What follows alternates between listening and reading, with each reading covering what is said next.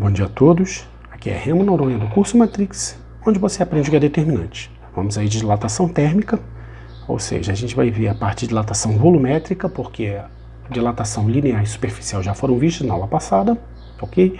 Dilatação em líquidos, ok? E mais alguns detalhes que a gente vai vendo aí, com o feitio de alguns exercícios no final e um resumão para poder fechar a complexidade dessa matéria, beleza? Bem, eu tenho um cubo cujo volume inicial tem a ver com esse lado L0 aí. Quando ele dilata, ele vai ter um ΔL nas 3 dimensões.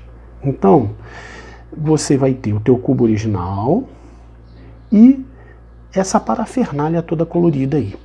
Só que eu quero mostrar que só a parte verde vai ser importante. Isso por quê? Porque quando a gente está falando de dilatação, o ΔL é um número pequeno, tá? Se você assistiu a aula passada, você já enxergou isso, beleza?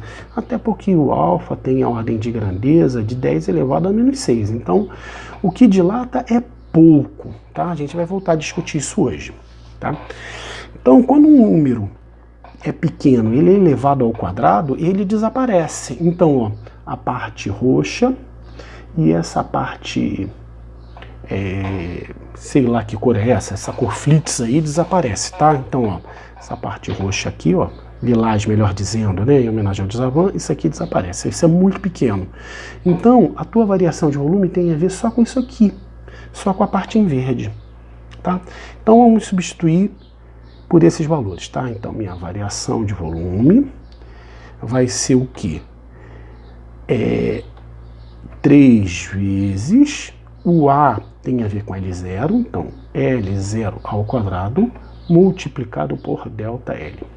Bem, então agora a gente pensar na analogia das fórmulas, tá? Vou abrir o espaço um pouquinho para cá, porque começando com L0 vocês vão enxergar isso melhor. Quem é L0? Quem é ΔL, né? Melhor dizendo.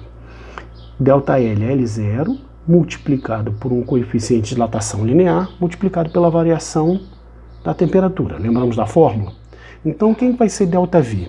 ΔV vai ser o volume inicial multiplicado por um gama, que vai ser o meu coeficiente de dilatação volumétrica, tá ok? Multiplicado pela variação de temperatura.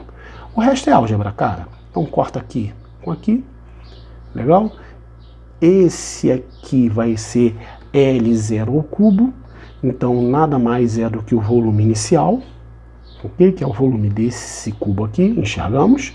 Então, vou ter que o meu coeficiente de dilatação volumétrica vai ser o quê? O triplo do coeficiente de dilatação linear. Beleza? Tranquilaço? Bem, a gente já tinha visto que o coeficiente de dilatação superficial é 2 vezes o coeficiente de dilatação linear. Ou seja, basta você lembrar quantas dimensões tem, né? Se é linear, o alfa tem a ver com 1, se for superficial, o beta tem a ver com 2, se for volumétrico, o gama tem a ver com 3. Tranquilaço, pessoal? Seguindo aí. Gente, lâmina bimetálica, tal, isso aí vai te dar a chance de ter equipamento com termostato, porque você coloca um contato elétrico aqui, e você pode trabalhar com níveis de temperatura, o que garante que teu ar-condicionado, tua geladeira, teu motor, seja lá o que for, fique num determinado parâmetro. Porque conforme isso aqui está amarrado, está com 2 metais diferentes, tá ok? O que que acontece, ó? O de cima tem um alfa pequenininho, tá ok? O de baixo tem um alfa grandão. Então, quando esquenta, o que que vai acontecer? Essa lâmina bimetálica vai ser forçada para cima, porque a vontade do metal azul aí de dilatar é maior. Quando esfria, vai acontecer o contrário, porque o metal azul ele vai querer contrair mais. Então você acaba fechando contatos elétricos aí onde você quiser para poder manter a temperatura nos parâmetros que você estabeleceu desde o começo. Beleza, pessoal? Seguindo aí, dilatação de líquido. Bem, para você saber com quanto um líquido dilata, você pega um líquido, enche um frasco, tá? Eu vou usar F de frasco porque a palavra que vem na cabeça, top of mind, é recipiente, né? Mas como a gente vai falar como variação de volume real, pô, não dá para botar R de recipiente que os índices vão ficar praticamente iguais. Então, F de frasco, tá legal? Então você tem um frasco com um líquido aí que você dilata ele. Beleza? Então, conforme ele dilata, o frasco não vai conseguir dilatar junto com o líquido. Então, você vai extravasar um volume que você vai colocar aqui no teu potinho e vai ter a variação de volume aparente. Aí você fica feliz da vida, chegando à conclusão de que isso aqui é o quanto o líquido dilatou. Só que uma coisa acontece, quando você aquece o frasco, ele também dilata. Então, o que que você vai ter? A variação de volume real vai ser a variação de volume aparente mais a variação de volume do frasco. Legal? Então, o que que você vai ter aqui, ó? O volume inicial, que é comum para todo mundo, que é o que cabia aqui dentro desse pote, multiplicado pelo gama real, que é o que você quer saber do teu líquido, né? Quanto é que esse líquido realmente tem a tendência de dilatar, vezes a variação de temperatura. O mesmo você pode aplicar aqui, ó. Então, volume inicial vezes o gama aparente vezes a variação de temperatura mais volume inicial que multiplica o gama do frasco, tá ok? É um material que deve ser conhecido vezes a variação de temperatura. Só que isso aqui tudo é igual, dão-se as mãos e vão embora. O volume inicial também é conhecido, dão-se as mãos e vão embora. Então, o coeficiente volumétrico de dilatação de um líquido vai ser o coeficiente de dilatação que você calculou aqui, do aparente, mais o coeficiente de dilatação do frasco volumétrico, beleza? Tranquilaço? Ah, sim. Tem um fenômeno que é interessante, é o seguinte: se você pega um ovo, você colocou ele para cozinhar. Como a parte de dentro é gelatinosa, é quase um líquido, ele tende a dilatar mais do que a casca. Por isso que às vezes a casca quebra quando você ferve. Beleza? Qualquer toquezinho, qualquer fragilidade na casca, você vai ter a tendência de quebrar o ovo. Beleza? Durante o ferver. Aí na hora que você vai quebrar o ovo, fala que assim, pô, não daria para comer o ovo quentinho se quebrar? Não, não. Primeiro você pode machucar a mão, né? Porque a temperatura ali de próxima de 100 graus, poxa, não é confortável. E segundo, que quando você resfria, o ovo propriamente dito vai ter a tendência de se contrair, você quebra a casca com mais facilidade, beleza? Então, tem tudo a ver com esse fenômeno que a gente acabou de discutir agora. Seguindo aí, junta de dilatação, tá? Isso aí você vai encontrar em trilho de trem, vai encontrar em vigas, vai encontrar em pontes. Você tem que deixar um espaçozinho entre uma outra, porque conforme isso dilatar, você aumenta esse espaço, você vai aumentar ela. Se por acaso ela for toda contínua, você vai causar esforços enormes, a linha vai ficar toda torta, porque a dilatação, ela tem a ver com aumentos de comprimento realmente muito pequenos, mas esforços colossais. Então, para isso que ali na linha de trem você tem essas juntas de dilatação, por exemplo, né, quando o trem passa, faz aquele som característico, tá, tá, tá, tá, porque normalmente as rodas dos trem vêm aos pares, né? Então sai aquele som de café com pão, bolacha, não. Beleza, pessoal? Seguindo aí, vamos fazer um exercício. Eu tenho uma caixa feita de chumbo, cujo volume inicial é de 1 litro. O coeficiente de dilatação linear do chumbo está aqui. Opa, tem que multiplicar por 3, porque a gente vai querer saber o volumétrico, beleza? E a variação de volume depois que você aqueceu essa daí. Aí está perguntando quanto é que variou a temperatura para você chegar a isso. Então, ó, variação de volume é o volume inicial vezes o gama vezes a variação de temperatura. A variação de volume é de 0,405 litros. O volume inicial é de 1 litro. O gama é 3 vezes o alfa. Então, 27 vezes 3, 81 vezes 10 a menos 6. E a variação de temperatura é o que você quer saber. Tá legal? Então, o que você vai ter aqui, ó? A variação de temperatura vai ser 405, que é um número divisível por 9, beleza, porque 81 também é, tá ok? Aqui eu multipliquei por 10 ao cubo, então aqui eu vou multiplicar por 10 ao cubo também, fica 10 a menos 3. Legal?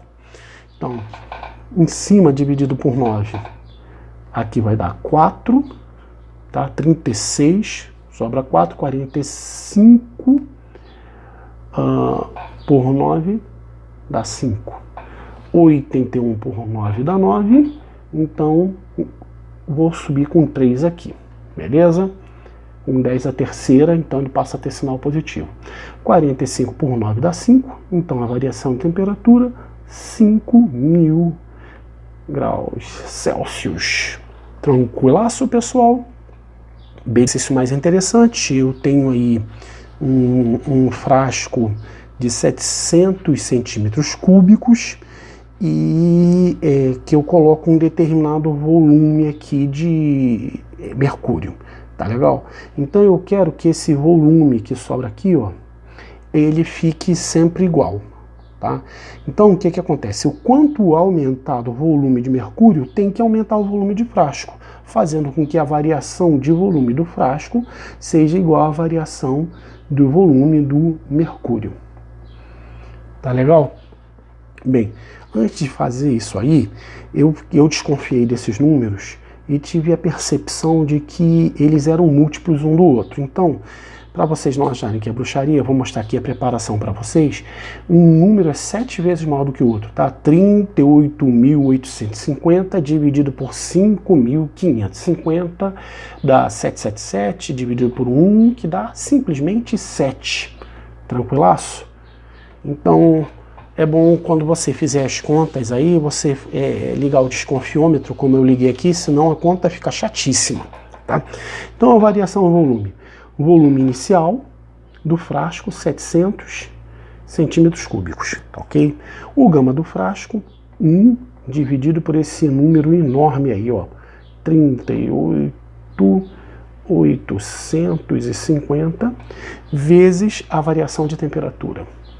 Tudo isso vai ser o volume inicial de mercúrio, que eu não sei quanto é que é ainda, é o volume que vai garantir que este outro volume que está em vazio se mantenha constante, vezes o gama, já está em gama do Hg, né? Então, 5550 vezes a variação de temperatura. A variação de temperatura, se está no mesmo ambiente, a variação de temperatura é igual. Então, quando eu dividir esse daqui por esse aqui, esse número vai dar 7, como eu já mostrei para vocês. Então, ó, 700 dividido por 7, 100, vai ser igual ao volume inicial do mercúrio. Então, o volume inicial do mercúrio vai ser de 100, com a unidade que a gente está, centímetros cúbicos. Tranquilaço, pessoal? Bem, prometi para vocês um resumão, então vamos lá. Deixa eu pegar uma canetinha azul para eu ir marcando as coisas, vocês enxergando, depois eu vou tirar, tá? Bem, eu não acredito que eu não falei em lugar nenhum, porque eu acho isso aqui meio óbvio, né? Mas tudo bem, ó. O comprimento final de alguma coisa é o comprimento inicial mais a variação de comprimento, tá? Isso vem disso, né? Que a variação de comprimento é L menos L 0, então é só questão de arrumar a fórmula. Beleza? E o ΔL saiu dessa fórmula aí que a gente já discutiu na primeira aula, tá? Então depende do comprimento inicial, depende do alfa, depende da variação de temperatura. O ΔS, né, variação de superfície, é muito parecida à fórmula, lembrando que beta é 2 vezes alfa. Variação de volume é igualzinha também, segue necessariamente a mesma lógica, lembrando que o gama é 3 vezes alfa. E, finalmente, a variação de volume de um líquido é a sua variação de volume aparente mais a variação de volume do frasco, do recipiente, tá? A gente usa frasco para não ficar com um problema aqui com o índice, beleza? Fazendo com que o gama do real, né, o que realmente tem a ver com aquele líquido que dilatou, seja o gama aparente mais o gama do seu frasco aí que você começou a fazer o experimento. Bem, isso dito, a gente encerra a parte de dilatação para poder seguir aí com o curso do 2º ano de física, beleza? Ou seja, o livro 2 do Ramalho. Por enquanto, aquele abraço.